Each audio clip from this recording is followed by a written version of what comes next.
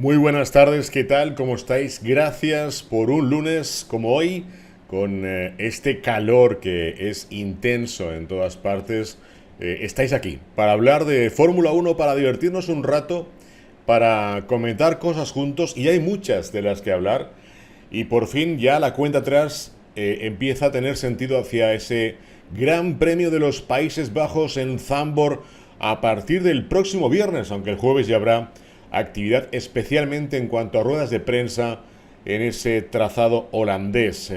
Sabéis que no estaremos allí por motivos médicos, nos vemos obligados a esperar al alta definitiva, a que podamos regresar al Mundial de Fórmula Uno, y hasta la segunda semana de septiembre no hay fecha todavía disponible para que el traumatólogo revise mi rodilla y diga qué es lo que hay que hacer al final. Pero bueno, lo importante no es la rodilla, lo importante, como digo, siempre sois vosotros, y lo es un Mundial de Fórmula Uno que, a pesar de estar en lo que se suele llamar la silly season, ha dado muchas noticias, y hay otras que quiero comentaros que van a ser actualidad dentro de poco, por muy inverosímiles que os parezcan. Pero luego más adelante os explico de qué se trata. Evidentemente, lo primero que hay que hacer es, como digo, agradeceros a todos y cada uno de vosotros el inmenso apoyo que estamos recibiendo este año. Y ya sabéis que la mejor forma que tenemos es daros un abrazo inmenso con nuestra Castafiore, cannelloni, la Comorra, napolitane, mamma mia, belladonna, parmigiano, tiramisù. Parmigiano Tiramisú para todos. Gracias por lo que hacéis. Es muy importante, en serio, de veras. Se acabaron las vacaciones de verano. Bueno, los que las hayáis tenido o los que todavía estéis en vacaciones, enhorabuena. Y los que no las hemos tenido, pues algún día cuando toque ya las miraremos de disfrutar lo mejor posible. Aunque para nosotros, para los que integramos el equipo de este canal, de este stream, nuestras mejores vacaciones son estar aquí siempre con vosotros en directo, siempre que se pueda, porque sois una familia cojonuda. Ya lo digo abiertamente, sin problema. Sois una familia cojonuda, y la verdad es que merece mucho la pena sentarse detrás de este micrófono, a pesar de que estemos a 35.000 millones de grados, pero eso no es nada comparable con la alegría inmensa que nos da a todos veros, leeros y sentiros tan cerca, ¿de acuerdo? Don Ramón, ¿qué tal? ¿Cómo va todo? Espero que poco a poco el calor también remita y que usted se encuentre muchísimo mejor, ¿de acuerdo? Bueno, supongo que todos estáis esperando que reaccionemos, y no soy muy reacio yo, no muy dado a reaccionar, valga ahora la redundancia, ¿no? Sobre cosas que hacen otros compañeros, ¿no? Pero yo creo que en esta ocasión merece la pena que veamos, aunque sea un par de fragmentos de ese tan hablado podcast de High Performance de los británicos que grabaron con Fernando Alonso, y que han titulado Dentro de la mente de un campeón, ¿no? Ese es el apunte por el cual se han regido para hacer todas las promociones, como digo, de un podcast que ya está disponible, que supongo que casi todos habréis escuchado, habréis ya tenido tiempo de analizar. Pero bueno, como digo, yo creo que hay que escuchar como mínimo un par de cortes. Están traducidos para que veáis lo que está hablando tanto Fernando Alonso como los dos integrantes del podcast. Tengo algunos apuntes más que he tomado para hablar con vosotros, pero empecemos por el principio. Empecemos por lo que Alonso ha dicho sobre lo que le gustaría hacer en caso de dejar ya definitivamente el Mundial de Fórmula 1. Habla de su tercer título del Mundial, pero habla de más cosas. Así lo comenta Fernando, como digo, en este podcast. I actually think you can look at that in a positive light. Having that year out has changed the way you see your career, which is brilliant, so you can enjoy it more. But also, if you had enjoyed those, you wouldn't have had the realization at this point to really, actually really enjoy what you're doing now. And I think, every time I hear or see an interview with you, people obsess about the third world title, right? But when we sit here and talk about this sort of new mentality you've got towards racing, I wonder whether, of course, you'd love to win a third world title, but I wonder whether for you it is actually just about enjoying the process, and maybe that makes you the best driver you've been in your entire career, perhaps. I don't know what you think. Yeah, exactly like that. I would love to win the championship once again, but it's not the highest priority. I think I'm enjoying the process of, especially now with Aston Martin, to become a contender for the future. I'm loving the time with the team, how we are all growing up in many different areas. I will try 99% Dakar again, which if one day, and that's something that is, it's not that the third world title is less of a priority. It is a priority, but winning Dakar one day, it is a high priority for me as well. I will maybe have to attempt that race 8-10 years or whatever, until maybe one day I got lucky and I can fight for the win. But if I win in Formula One, in endurance racing, and in Dakar, that will feel for me something special as a driver and as a person. So those kind of challenges are in my head at the moment. I actually think you can look at that in a positive light. Having that year out has changed the way you see your career, which is brilliant, so you can enjoy it more. But also, if you had enjoyed those, you wouldn't have had the realization at this point to actually really enjoy what you're doing now. And I think, every time I hear or see an interview with you, people obsess about the third world title, right? Estas son algunas de las declaraciones, como digo, que Fernando ha hecho en este podcast. Habla de ese 33 victoria, del tercer mundial, pero habla de algo muy concreto. Él dice que el Dakar es uno de sus claros objetivos. Sabéis que siempre lo hemos comentado aquí en este canal, que Fernando tiene esa espinita clavada. Ya veis cómo ha dicho que si tiene que estar 8 o 10 veces en el Dakar hasta que la suerte le sea favorable y pueda conseguir el triunfo, eso sería un sueño para él. La Indy 500 de momento la descarta apostar por las 500 millas de Indianápolis y también por la IndyCar. Dice que si consiguiera ser campeón del mundo de Fórmula 1 como lo es, campeón del mundo de resistencia como lo es, y ganar el Dakar, que para él sería un círculo perfecto como piloto en cuanto a lo que es su forma de ver el mundo de la competición del motor, ¿no? Lo ha dejado totalmente claro. Objetivo, sí, ser campeón del mundo una tercera vez en la Fórmula 1, pero lo que más le apetece, y lo hemos dicho muchísimas veces, insisto, es conseguir el Mundial. Ojo a lo que vais a escuchar ahora de Alonso, y es algo que tal vez muchos recordaréis, que tiene una cierta similitud con lo que habréis escuchado de otras personas, ¿no? Pero mejor que lo diga él. Él habla de por qué dejó la Fórmula 1 y lo explica de esta forma. Let's talk about your mindset of exploration, because you talked about leaving Formula One to explore other areas. I think also it allowed you probably to see Formula One through a completely different lens that you'd seen it through for the the previous 20 odd years. So when you stepped away from Formula One and suddenly overnight you're no longer Fernando Alonso Formula One driver, you're former Formula One driver, and you no doubt watched the sport, what did you learn that you simply couldn't see? Yeah, I was surprised of how much love I received from people. And then I saw Formula One, which is in motorsport very different than other categories, much more selfish, much more glamorous in a way, but fake in another way. I think it was more pure motorsport, Le Mans or Indy or Dakar for sure. But yeah, Formula One had this appeal, the people want to attempt to the races, wanted to watch on TV. I was watching also on TV the Formula One races. I appreciate a little bit more all the stuff that as a driver I didn't like before. So the national anthem, the parade lap, having a little bit more access to the media and the cameras, which when you are a driver, you hate those moments.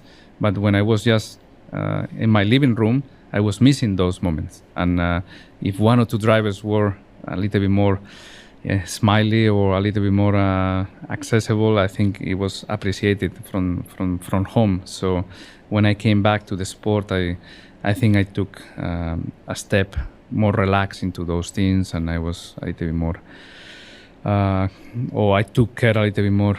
I'm taking care a little bit more of fans and TV and these kind of things, because I understand the importance of it, and that was able only because I was 2 years out of Formula One. I want to talk about palabras muy claras y muy concretas de Fernando Alonso. Se fue porque estaba harto de viajar, le entiendo, porque es algo que os he dicho siempre que me pasó a mí. Y se alejó de la Fórmula 1 porque es un mundo falso, lleno de glamour y muy alejado de lo que parece a simple vista. Es decir, estoy contento porque no soy el único loco terrible que piensa eso de la Fórmula 1, y que Fernando lo diga sin ningún tipo de tapujos en un podcast británico me parece que es importante, ¿no? Y a los que creemos eso desde hace años, nos enorgullece escuchar las palabras de Alonso, corroborando que hay más gente que piensa que la Fórmula 1 es una falsedad, que es el glamour porque sí, es una hoguera de las vanidades, que siempre os digo es un lugar donde la gente va a ver y ser vista, ¿no? Y además de hacer negocios, por supuesto, y otras cosas, ¿no? Pero que un campeón del mundo como él reconozca algo que otros ya hemos dicho con anterioridad, insisto, me parece excelente, y por lo menos nos da un poco la razón, aunque sea en minúsculas, a los que siempre hemos dicho todo eso de una Fórmula 1 que insisto, es algo que apasiona, es algo que mueve inmensas cantidades de dinero, millones de personas en todo el mundo. En esos momentos todos estamos con un hype, como se llama ahora, pensando en qué va a suceder en Zandvoort, ¿no? Dentro de apenas 4 días, cuando empieza a rodar la actividad en pista, con ese Gran Premio de Holanda que se prevé bajo lluvia, donde los organizadores han prohibido, ya veremos si se cumplen, la entrada de los seguidores de Max Verstappen y del resto de aficionados con bengalas, para que no sean lanzadas al circuito, donde los taxistas están realizando ya algún que otro tipo de protesta en Ámsterdam y en La Haya y otros lugares, protestando por el tema de que no pueden acceder al circuito para hacer su labor, donde activistas climáticos también han empezado a colocarse enfrente de los accesos principales para que los camiones del Mundial de Fórmula 1 tengan más problemas de entrada al circuito, con lo cual muchos líos de antemano con el tema del Gran Premio de Holanda, pero Alonso, como digo, protagonista de este podcast que podéis seguir,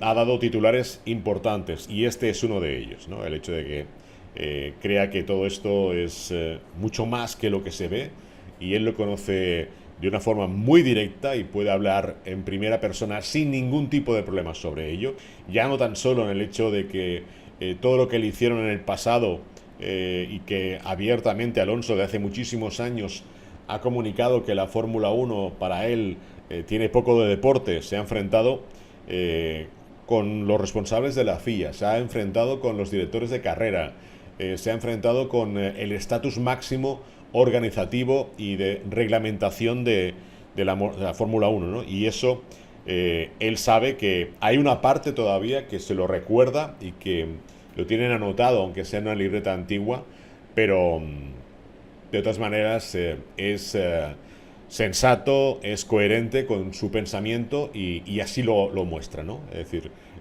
hace eco de lo que él piensa sobre, como digo, la Fórmula 1, y para mí me parece que es algo importante que él, en primera persona, insisto, sea quien deje todo esto tan claro, y que empiece a verse de alguna vez por todas como es de veras lo que hay debajo de la punta del iceberg de la Fórmula 1.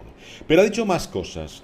Quiero remarcaros alguna cosa más que ha dicho Fernando, y aquí es lo que quiero comentaros. Ha dicho, cuando le preguntan qué le gustaría hacer si pudiera volver atrás en el tiempo, dice, regresaría a mi época en la escuela, esa donde eres totalmente libre de hacer y pensar sobre todo lo que quieres ser en tu vida en el futuro.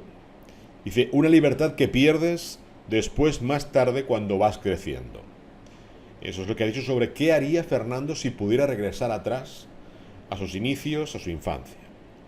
Le han preguntado en este podcast sobre su vida privada, ¿no? Él ha dicho que otra de las cosas que cambiaría si pudiera regresar atrás o se encontrara con su yo del año 1999, donde haber escuchado preguntas similares, ¿no? Si encontrara a su yo del 99 y pudiera darle un consejo, ¿qué consejo le daría? Y entonces uno de los consejos que ha dicho que le daría a su Fernando Alonso del año 1999, justo un año antes de entrar en la Fórmula 3000 y empezar su ritmo hacia la Fórmula 1, ha dicho que le daría un consejo muy claro, que estuviera más atento a su familia y a sus amigos. Dice, no quiere decir que no esté atento a ellos en la actualidad, sino que tal vez intentaría dedicarles mucho más tiempo, mucha más parte de mi vida. Ha vuelto a insistir otra vez en el tema de la privacidad, de haber perdido esa parte que él considera muy importante de su vida. Tiene todo el derecho a comentarlo así, evidentemente. Ha explicado que recuerda como negativo cuando empezó a ser conocido y como la prensa o los paparazzis acosaban a sus padres en su casa de Oviedo, cómo les perseguían cuando salían y iban hacia unas vacaciones, aunque fueran cortas, y eso es lo que él tal vez intentaría solucionar ahora, ¿no? El apartarse un poco del foco, del centro de atención de la prensa, especialmente la no deportiva, y eso es lo que haría. Otra cosa que ha dicho, y le han preguntado es, claro, a estas alturas de la película, con 42 años, con una carrera deportiva tan impresionante como la que tiene Fernando y que va a tener hasta que él quiera, le han preguntado a los compañeros del podcast High Performance sobre su vida personal, si realmente él le habría gustado tener una familia ya a estas alturas, ¿no?, de su edad. Bueno, Fernando ha dicho que le gustan los niños. Dice, me gustan mucho los niños. Dice, y si no hubiera sido piloto de Fórmula 1 o piloto en general, seguro que con probabilidad total en actualidad tendría mi propia familia. Pero es algo que nunca sabré. Eso ha dicho Fernando sobre tener una familia. Dice, y para rematar, les ha dicho, la verdad es que no pienso mucho en todo eso. Ha reconocido que le gustan los niños, que de no haber estado dedicado a este mundo de la competición seguramente ya sería cabeza de familia, y que intenta no pensar o que no piensa mucho en toda esta historia. Bueno, yo creo que son algunos de los titulares más destacados de un Alonso que, como os digo, se ha sincerado, ha hablado sin ningún tipo de problema sobre lo que piensa, sobre lo que siente, sobre lo que le gustaría, y no es fácil. Yo sé que algunos de vosotros preguntáis por qué Fernando no hace este tipo de entrevistas o de declaraciones en un podcast o en un programa de algo similar aquí en España, en un medio español, o aquí mismo, ¿no?, en nuestro canal. Bien, Fernando ya estuvo aquí, con él abrimos, si os acordáis, en Bahrein, el inicio de temporada lo abrimos con él, con el vamos a presentar que dijo Fernando, y más cosas, ¿no? Pero, ¿por qué Fernando ha hecho este podcast con la prensa británica? Bien, ya os he respondido. Porque el departamento de comunicación de Aston Martin no ha tenido ningún problema en creer que esta era la mejor forma de dar visibilidad a las palabras de Alonso, ¿no? Es decir, no estoy en contra de que Fernando haya realizado este podcast con los compañeros de este medio británico, en absoluto. Lo que sí creo es que tal vez el próximo debería ser con un medio español, ¿no? Lo digo porque sería lógico buscar un un equilibrio. Es comprensible que Aston prefiera la prensa británica. Sí, por supuesto. Es muy comprensible. Entre otras cosas, Javier, es comprensible porque, insisto, se han encontrado de alguna manera con que la prensa española no era lo que ellos esperaban al 100%, ¿no? Es decir, hay una parte de la prensa que evidentemente no les crea ningún tipo de problemática, y cuando digo problemática me refiero a que no van a indagar o no van a entrar en buscarle cuál es la doblez o cuál es la costura que no está bien cosida para encontrar la información y la noticia. Y luego hay otros que nos gusta siempre, como digo, ver, observar y escuchar, ¿no? Y a los que nos gusta ver, observar y escuchar, pues a lo mejor encontramos ese doblez, ¿no? Y el tema, evidentemente, claro, tiene muchísima repercusión lo que haga Alonso en la prensa británica. Y si lo hubiera hecho en un medio con mucho más seguidores, pues todavía más. Esa es una elección, como digo, pura y dura del Departamento de Comunicación.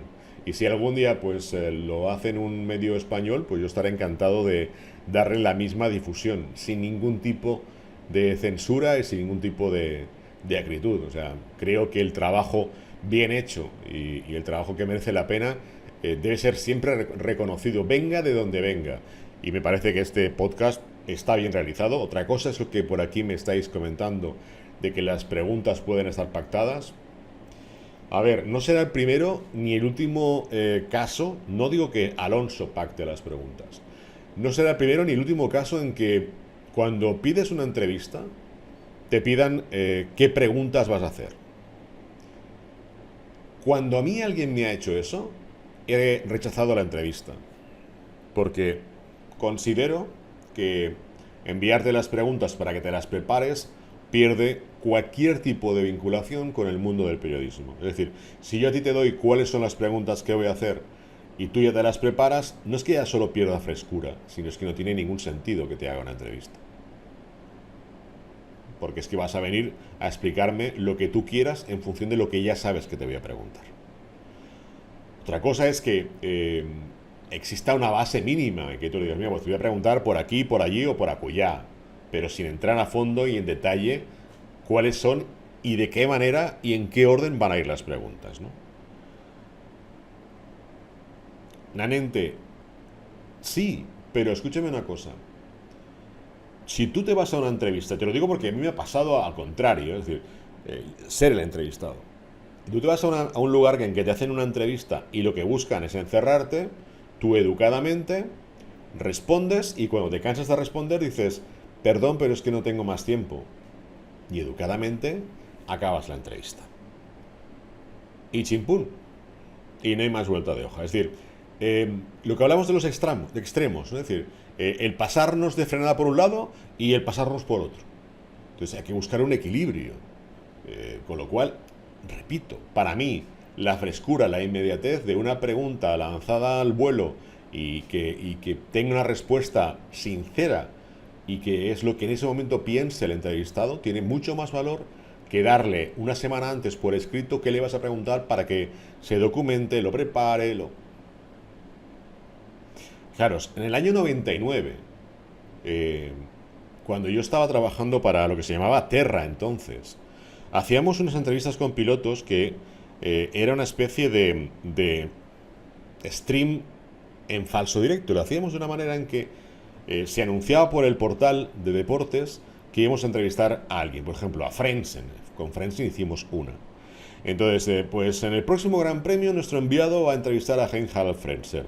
Enviadnos, por favor, qué preguntas queréis hacer. Bueno, pues yo recuerdo que yo llegaba al Gran Premio en cuestión, pues con 5 hojas de preguntas, me sentaba con Heinz-Harald, con una grabadora en medio y le decía, fulano de tal sitio te pregunta esto, ¿vale?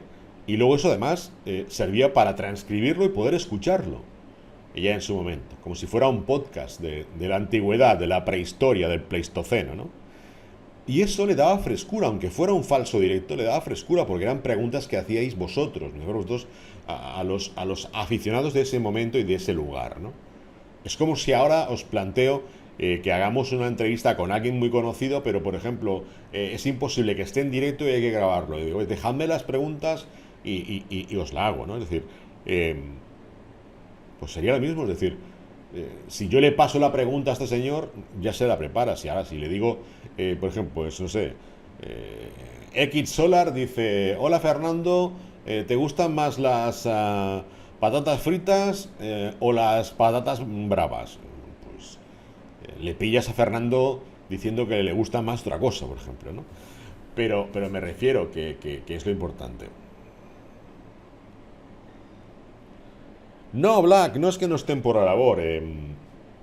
Hay mil cosas antes que dar una entrevista o que estar aquí en directo. Y yo en serio no me rasgo las vestiduras por ello, ¿no? Si un día es posible, genial. Y si no, no pasa nada. Es decir, ya sabéis que todo esto eh, va así. Y os he explicado muchas veces cómo va el tema del servilismo a los que controlan todo el tema de prensa a nivel de federación y a nivel de Liberty. Es otra historia, es un mundo, como ha dicho Fernando, un mundo falso, ¿no? Un mundo que te hace plantearte muchas cosas, igual que él en su día me las planteé y por eso dejé de asistir. No tan solo porque te cansas de los viajes, sino porque te cansas de tener que sonreír cuando realmente lo que te apetece es ponerte serio y decir las cosas que piensas, ¿no? Y cuando te sucede eso, plantéatelo. No le ves las gracias a las bravas. Oye, a mí me gustan mucho las bravas. Además hay gente que se dedica única y exclusivamente a encontrar las mejores bravas del mundo mundial, ¿eh? Hay gente que está haciendo hasta podcast descubriendo cuáles son las tapas más importantes y mejores de las ciudades, ¿no? Igual.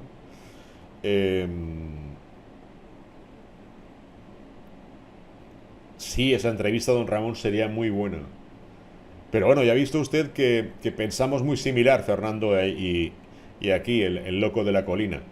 Porque vemos cómo es la Fórmula Uno en realidad y cada uno estamos en un punto y en un prisma distinto de lo que es la historia, ¿no? Evidentemente, pero tenemos un mismo concepto de cómo es la realidad dentro de todo esto. A mí me parece interesante lo de Fernando. Ya me diréis, ya me explicaréis si lo escucháis al completo, qué os parece, que os ha dejado más perplejos de las cosas que dice, porque habla muchísimo más y explica más cosas, pero sobre todo, qué es lo que os ha parecido más sorprendente de lo que Alonso ha hablado, sincerándose, como digo, en este podcast de los compañeros británicos. Castafiore, cannelloni, la comorra, napoletane, mamma mia, belladonna, parmigiano, tiramisù. Parmigiano tiramisù. Quien ha hablado también hace unos días, y lo que pasa es que lo han vuelto a poner ahora de actualidad, porque las palabras que dijo el otro día Mike Crack son de total actualidad. ¿Qué dijo el bueno de Mike Crack sobre lo que nos queda por delante? Bueno, nos queda por delante 10 pruebas todavía, 10 grandes premios en los que Aston Martin tiene que dar el pistoletazo final para conseguir estar lo más arriba posible en el Mundial de Constructores. Ha dicho cosas interesantes el bueno de Mike Crack. Os las voy a resumir, pero sobre todo me gustaría leer lo que pensáis de lo que dice, ¿no? Crack ha dicho, dice, si queremos ser pieza clave en el Mundial de Fórmula 1, debemos ser competitivos en todos los grandes premios que quedan por delante. No podemos decir que nuestro objetivo es Zandvoort o Monza o cualquier otro circuito, porque todos y cada uno de ellos son distintos. Es decir, Singapur no es igual que Suzuka, igual que pasa con Zandvoort y Monza. Ha empezado así a hablar Mike Crack sobre los 4 próximos grandes premios que, bajo mi punto de vista, son importantes para ver cuál es el recorrido que tiene Aston Martin en función de esas posibles mejoras que tienen en marcha para para este sprint final del Mundial de Fórmula 1. Y él lo dice así: necesitamos tener un buen rendimiento en estos próximos 4 grandes premios. Es fundamental que tengamos un monoplaza que se adapte a todos los circuitos. No, tranquilos. Sé que me ha llamado y luego le llamo más tarde. No os preocupéis, es un compañero. Es por un tema de noticia que estamos trabajando y que luego al final os la diré. ¿Vale?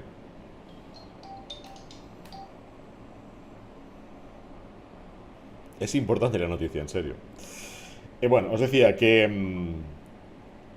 él habla de que el coche tiene que estar adaptado a lo que queda por delante. En especial porque si el coche se adapta a todos y cada uno de los trazados, dice, tan solo hemos de ajustar los alerones, ojo, tan solo tenemos que ajustar los alerones en función de cada uno de esos trazados. O sea, ya volvemos otra vez un pasito para atrás, con que si el coche es polivalente, cambiando el alerón sirve para todo. Dice, hay que estar siempre luchando por traer mejoras, pero hay que evitar traerlas solo por el mero hecho de traerlas. Cuidado esta frase, Así de sencillo, dice, no hay que traer mejoras por traerlas. Si ya estamos empezando a tener otra vez discursos distintos, No soy yo el que se lo inventa. Dice, eso es muy fácil, lo de traer mejoras porque sí a cada gran premio, pero lo único que nos sirve es para agotar el presupuesto de este año. Dice, lo más importante en el equipo es que sepamos ser capaces de entender todo lo que estamos haciendo antes de poner cada una de esas posibles mejoras en el coche. Creo que si lo logramos va a ser mérito de todas las personas con talento que hay dentro de Aston Martin. La clave para conseguir buenos resultados, dice Mike Krack, es esperar y comprender esas mejoras en lugar de hacer simplemente las cosas porque sí o porque nos las solicitan. A mí me parecen súper profundas las palabras de Mike Krack, que de alguna manera, o una vez más, vuelve a tener un discurso distinto al que dio hace apenas 3 semanas. Es un discurso más en la línea de lo que ha dicho Dan Fallows. Dan Fallows es el que sí que ha comentado que las mejoras no hay que traerlas porque sí, sino que hay que entender el coche. Hay que saber cómo funciona el monoplaza para poder ajustarse a esas novedades y que funcionen. No el hecho de colocar cosas por colocarlas y sin saber qué ha pasado.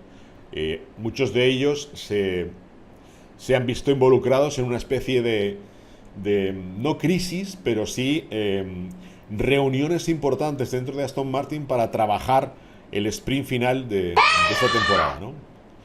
Gorky, muchísimas gracias por esa ride.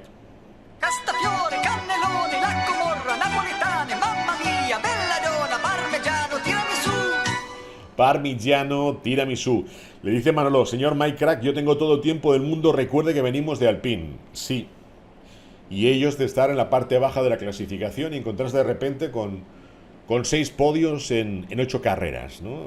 Y eso les dio un motivo para no solo alegrarse, sino seguir empujando. Lo que pasa es que hubo un instante que todo se paró. Ya sabemos por qué circunstancias y por qué motivos, entre otros, sucedió todo eso. ¿De acuerdo? Insisto, palabras de Mike Krack antes de que lleguemos a un fin de semana en el que Zandvoort es pieza fundamental para ver cómo los equipos se plantean este round final de 10 grandes premios para acabar un mundial en el que hay más problemas, hay más cosas. Por ejemplo, sabéis que una de las cosas que tienen que plantearse los equipos es ver qué hacen con esas sesiones de libres 1 donde están obligados a subir a un piloto novel que como mínimo no haya estado más de 2 grandes premios oficiales de Fórmula 1 detrás de un volante, de un monoplaza, y que tiene que subirse a esa sesión de libres. Lo complicado es que le quedan 10 grandes premios al Mundial. Hay algunos en los que es factible y otros no.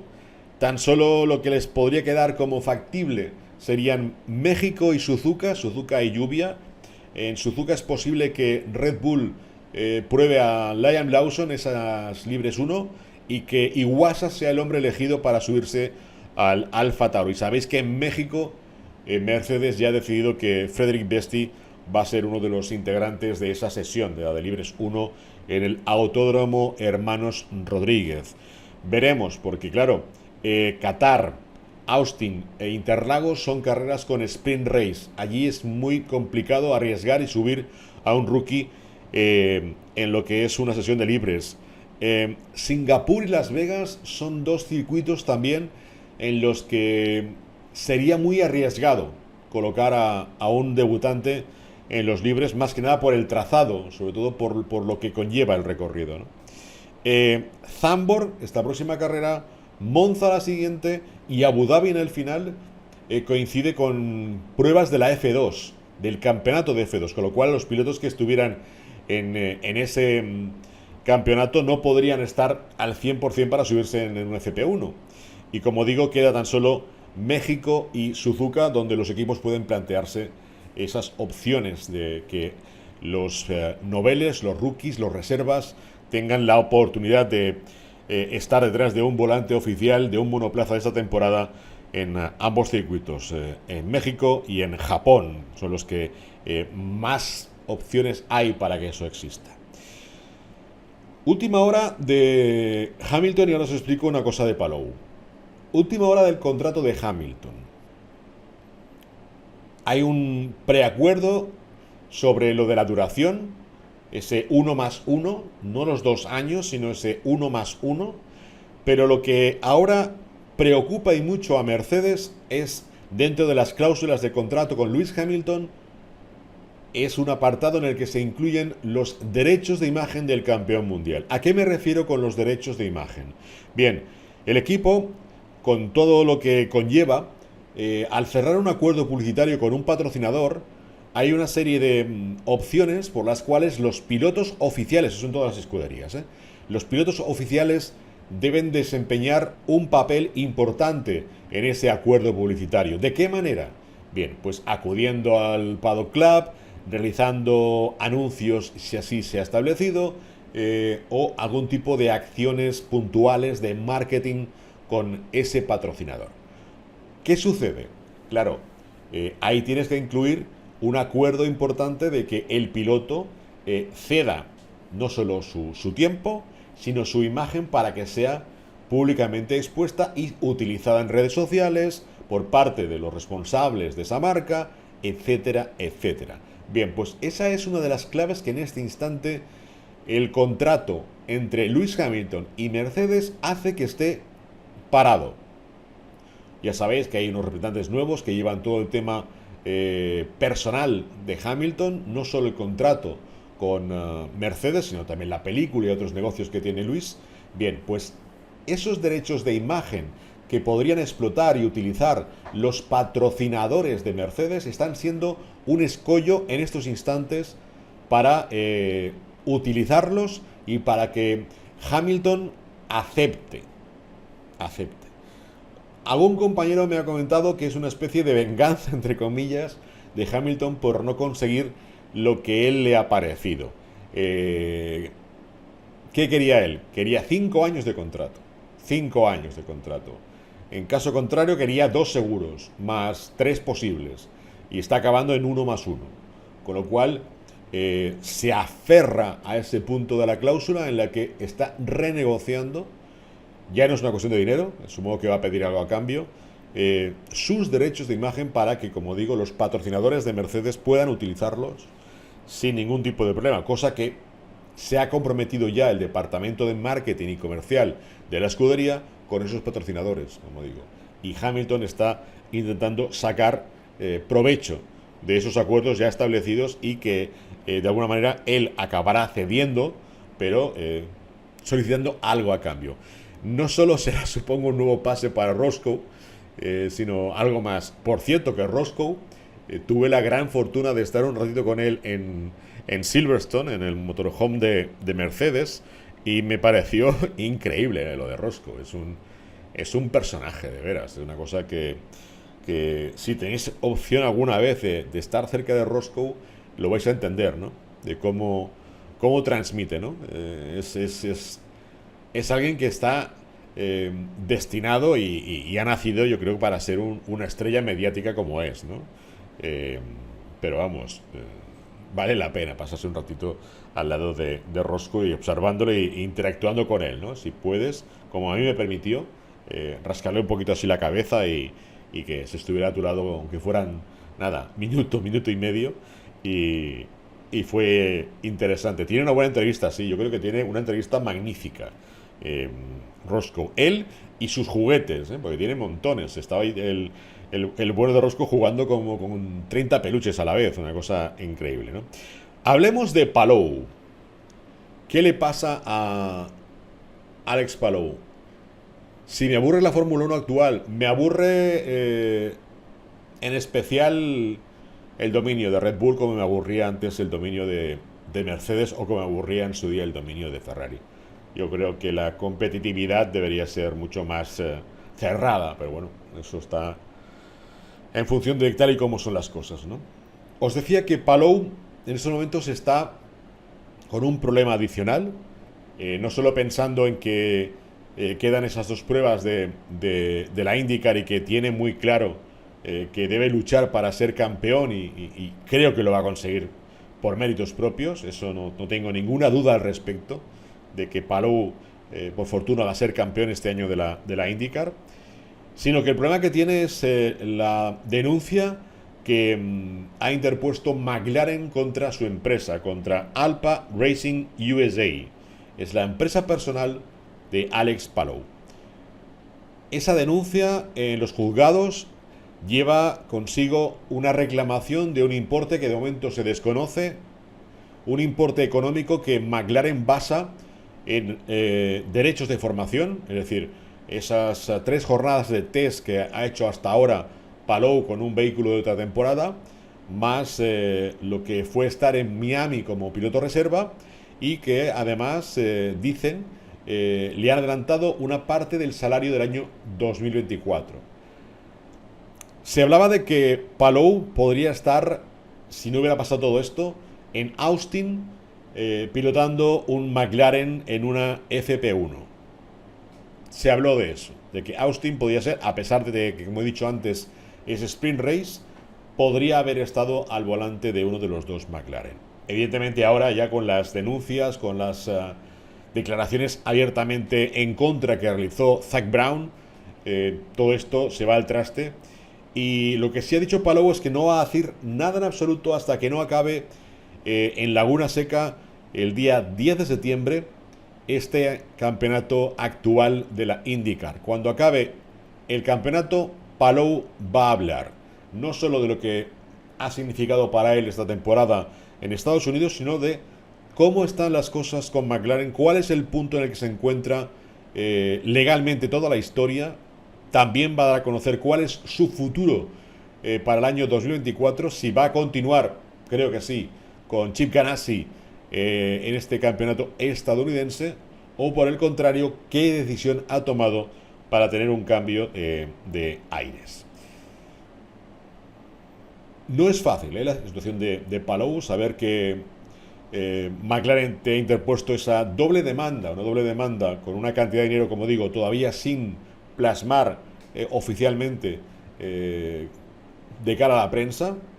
A nivel interno se habla de millones de dólares, los que ha pedido Zak Brown, en este caso McLaren, como digo, a la empresa de Alex Palou, a Alpa Racing USA, que son los que han sido denunciados por parte de Zak Brown, Alex y su empresa, y se le solicita, como digo, todo una serie de cantidades de adelantos para 24, y además, como en su día pretendía también, por ejemplo, Alpine con Piastri, derechos de formación del piloto. Se verá de qué manera acaba toda esta historia. Pero a mí me parece muy sensato por parte de Palou que no entre en estos instantes al trapo de las declaraciones de Zak Brown, a los dimes y diretes de la prensa estadounidense, de la prensa británica, que están recordando que es el segundo año consecutivo en el que el piloto está inmerso en una vorágine de problemas. Le llaman el Palou-Gate 2.0 y están arremetiendo contra él. Repito, me parece genial que él no entre de momento en todo esto, ni a rebatir, ni a desmentir, ni a decir nada al respecto. Donde habla Palou y lo hace muy bien es en la pista, en los circuitos de la IndyCar, donde, insisto, estoy deseando que vuelva a conseguir ese segundo título que tanto merece en un campeonato muy complicado como es el de la IndyCar estadounidense. No nos vamos del tema de Zak Brown. ¿Por qué? Porque Zak Brown ha protagonizado algo muy curioso. Y ahora es donde entramos con esa noticia que habéis visto que he recibido una llamada sobre esto. Y luego ya seguiré hablando con esa persona y mañana, si puedo, os explicaré más cosas. Si creo que Palou tiene razón, la verdad es que no lo sé. No sé quién tiene razón en esta historia. Espero que Alex haya estado bien asesorado en todo. Porque, repito, la prensa británica y la prensa estadounidense en una parte no se lo están perdonando. Con lo cual, espero que esté bien asesorado y que haya hecho los movimientos de manera totalmente controlados y sobre todo seguros, ¿vale? Bien, pues que lo que os decía, Zak Brown este fin de semana ha estado con mucha más gente en Monterrey, en California, en ese Automotive Week, en ese especie de salón de lujo del mundo del motor vinculado a la competición también, etcétera. Es decir, una semana intensa en esa localidad de California donde el motor es protagonista. Y él ha sido el centro de atención de esta fotografía. Esa fotografía de este fin de semana en Monterrey, cenando, Zak Brown con Adrian Newey, y se intercambiaron las gorras. ¿Veis la imagen? ¿Veis la foto de Zak Brown con la gorra de Red Bull y Adrian Newey con la gorra de McLaren? Es muy curiosa esta foto. Esta foto tiene mucho trasfondo. Y es de eso de lo que estoy hablando y trabajando con un par de compañeros. Sabéis que Mercedes firmó un acuerdo con McLaren para cederle motores hasta 2025. Que Zak Brown está buscando de forma desesperada quién les va a suministrar motores en el 26. Todo apunta a que Mercedes se va a quedar única y exclusivamente con Williams en ese año para darle motores. Y ya sabéis que a principio de año Zak Brown fue a visitar la sede central de Red Bull Powertrains. Estuvo en el interior de las instalaciones, habló con alguien y Christian Horner salió a la palestra diciendo que él nunca le daría motores a Zak Brown. Y entre otras cosas porque supongo que recordaréis que todo el tema del budget cap de Red Bull del año 21 tiene un trasfondo porque Zak Brown envió una carta a la FIA y al resto de equipos diciendo que Red Bull era un tramposo, que el equipo de Red Bull hacía trampas y que merecía un gran castigo. Evidentemente, dejamos a un lado lo del budget cap y toda la razón que pueda tener Zak sobre lo que pasó en el equipo y lo que puede pasar a través de lo que aún esperamos que la FIA comente del año pasado, de quiénes son los equipos bajo investigación. Veremos si ahora en septiembre lo desvelan. Pero claro, Horner dijo que nunca perdonaría esas palabras de Zak Brown. Y por eso en febrero ya dijo que él personalmente, ojo, él personalmente, no puede hablar en nombre de Red Bull Powertrains, él personalmente nunca le daría un solo motor a el equipo que tuviera a Zak Brown como máximo responsable. ¿Habéis visto esa foto de Zac Brown y Adrian Newey intercambiando gorras. Hay una segunda parte de esa foto y quiero que la veáis, y es esta. Esta es toda la mesa de donde estaban los distintos comensales compartiendo mantel en esa cena en Monterrey. Aquí se ve mucho mejor la gorra de Red Bull que lleva Zac Brown y la gorra de McLaren que lleva Adrian Newey. Bien, ¿y a quién está abrazando el bueno de Zac Brown? Está abrazando al CEO de Ford, a Jim Farley. Evidentemente Zac Brown y Jim Farley son viejos conocidos en Estados Unidos, no tan solo a nivel personal, sino también a nivel profesional, por las veces que han compartido no tan solo mesa y mantel como en esta ocasión, sino competiciones y otras circunstancias dentro del territorio estadounidense. Y la foto de que Zac Brown abrace a Jim Farley delante de Adrian Newey es una especie de, no declaración de intenciones, pero sí algo muy similar hacia Christian Horner. ¿Qué se puede extraer de esta fotografía? Hay muchas cosas y hay una de ellas que ahora os explicaré y es lo que estamos trabajando.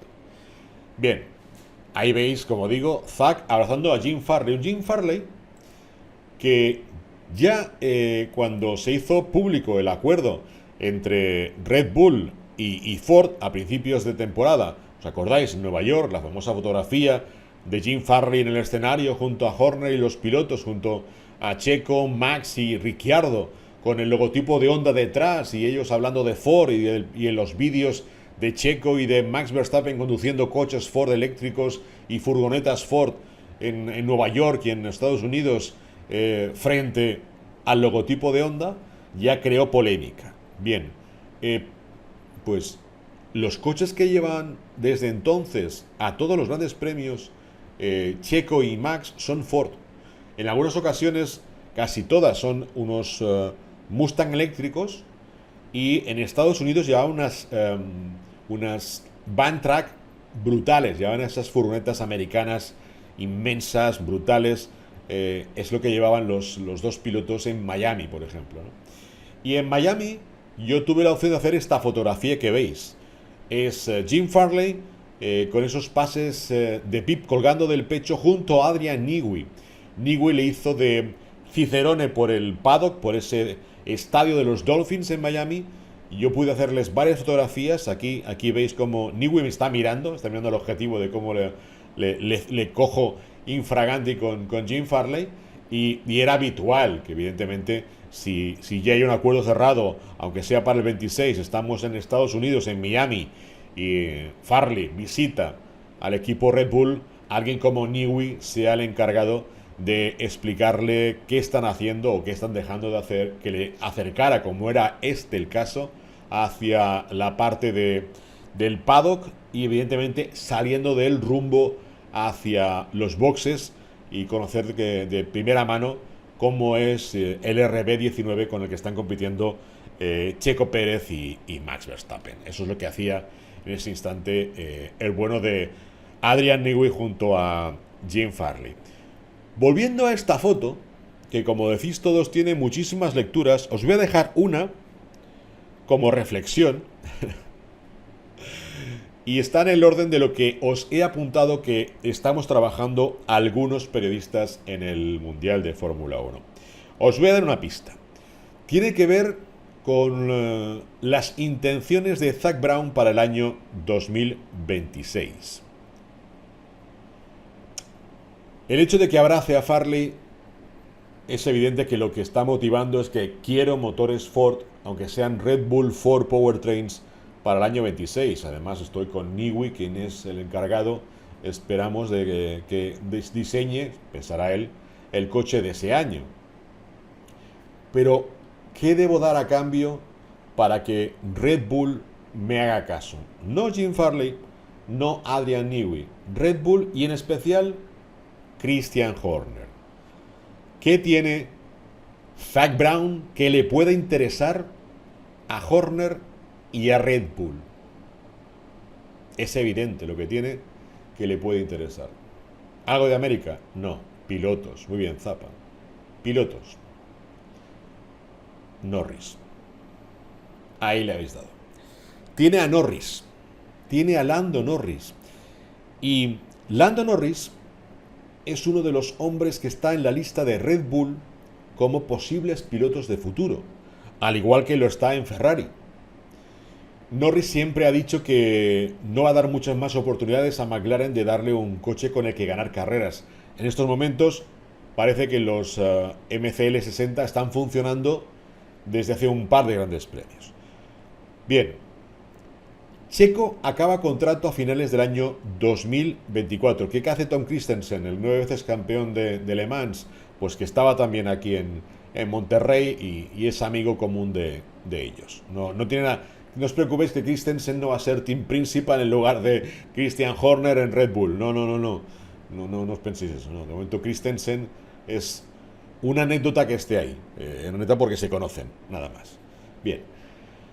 Como digo, Checo acaba contrato en el 24. Sabéis que Checo es uno de los hombres que está también en la lista de Audi, junto a otros pilotos desde hace tiempo, para que o bien en el 25 o en el 26 directamente se incorpore a esa escudería. Un lujo gratis, es lo que ha venido así. Yo creo que daban chupitos y alguien ha dicho, va, me apunto a la foto si hay chupito. Bueno, pues podría haber un intercambio en el 25, aunque Lando Norris acabe contrato a final de esta temporada, para llegar a un acuerdo con el tema de los motores. Es decir, se podría pensar incluso, si finalmente Checo no continúa después del 24, que Norris entrara en la ecuación para que McLaren pudiera salvarse y tener unos motores en principio competitivos, como parece que van a ser los Red Bull 4 Powertrains. Y es que Zak Brown en estos momentos tiene muchísimos frentes abiertos. Sabéis que hace ya mucho tiempo que vengo diciendo que los inversores, los reales inversores y dueños de McLaren, a nivel general, no solo el equipo, sino a nivel general en cuanto a marca automovilística, están solicitando recuperación de inversión. Y no les apetece en absoluto seguir viendo problemas como los que ahora tiene Zak Brown con Palou en la IndyCar. Tampoco le apetece a esos inversores estar pendientes de qué puede pasar en el 26 con motores. Saben que Mercedes no va a querer seguir con ellos, por poco que puedan, insisto, se van a mantener única y exclusivamente con Williams. Ya sabéis que Aston Martin, que es el tercero en discordia, tiene Honda, y que los que se quedan solos son McLaren buscando motor. Bien, pues no se vería con malos ojos el hecho de que se permitiera a Norris salir de la estructura de McLaren un año antes de acabar contrato, a cambio de llegar a algún acuerdo sobre el tema de los motores para ese año 2026. Zak Brown no mueve una ficha sin tener ya algún motivo para moverla. ¿Cómo quedaría Ricciardo en el 26? Vete a saber. Van a pasar tantas cosas el próximo año que el 26 es auténticamente una galaxia lejana, como empezaba Star Wars, ¿os acordáis? Que se asusta, no pasa nada.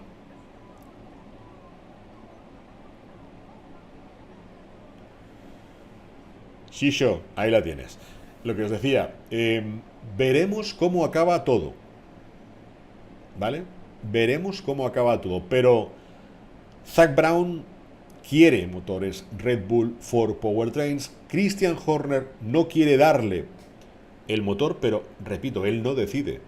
Christian no es el único que tiene voz y voto en cuanto a la coordinación y a la dirección global del equipo. Él es el team principal, pero hay gente por encima que puede tomar más decisiones y más concretas que el propio Christian Horner. Y evidentemente, si desde arriba ven que la opción de darle motores a McLaren, a Zak Brown, es favorable para el futuro de la escudería, y si además como se apunta desde varios frentes en los que estamos trabajando, como digo, algunos periodistas de distintos países. Checo finalmente el 24 acaba su contrato y no continúa vinculado al equipo Red Bull. La llegada de Lando Norris podría ser una opción, aunque yo siempre he visto más a Norris vestido de rojo en Ferrari, o incluso en Mercedes.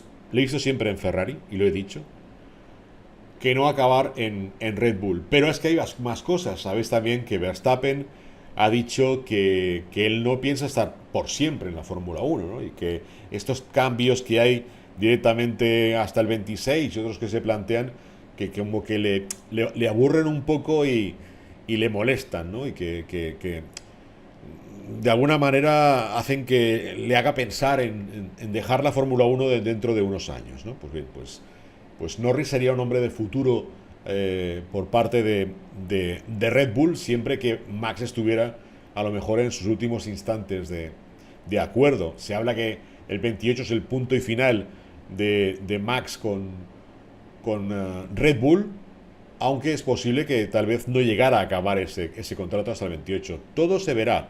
Tenemos que ir paso a paso, poco a poco. Primero acabar los 10 grandes premios que hay por delante. El primero de ellos esta misma semana en Zandvoort, ese gran premio de los Países Bajos, y luego ya veremos cómo va todo. Yo de esa mesa pillaría un tiramisú. Si lo ponen, yo también me lo llevaría para comerlo. Gracias, Álvaro. Pero lo importante es, como digo, leer de esa fotografía donde el intercambio de gorras ya quiere decir mucho. Ya es un guiño hacia Horner.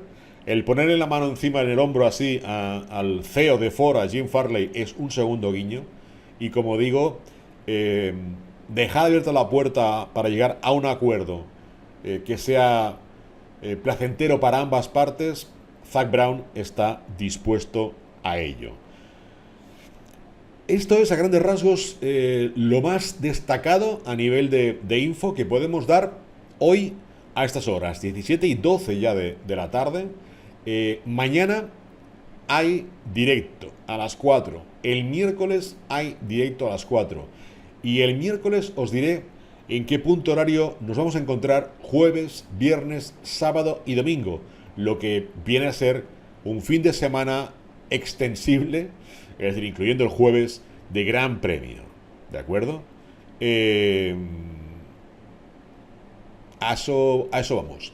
A saber cuándo nos encontramos, cómo lo hacemos. Hoy hemos estado a las 4, mañana a las 4, miércoles a las 4, y el miércoles os explicaremos cuál va a ser nuestro horario definitivo para tener la mejor información de lo que esté pasando en Zandvoort, en ese Gran Premio de los Países Bajos. ¿De acuerdo? Gracias por todo, se os quiere muchísimo. Castafiore, cannelloni, la Comorra, napoletane, mamma mia, belladonna, parmigiano, tiramisù. Un beso enorme, que acabéis de pasar un buen día. Hasta mañana, cuidaros.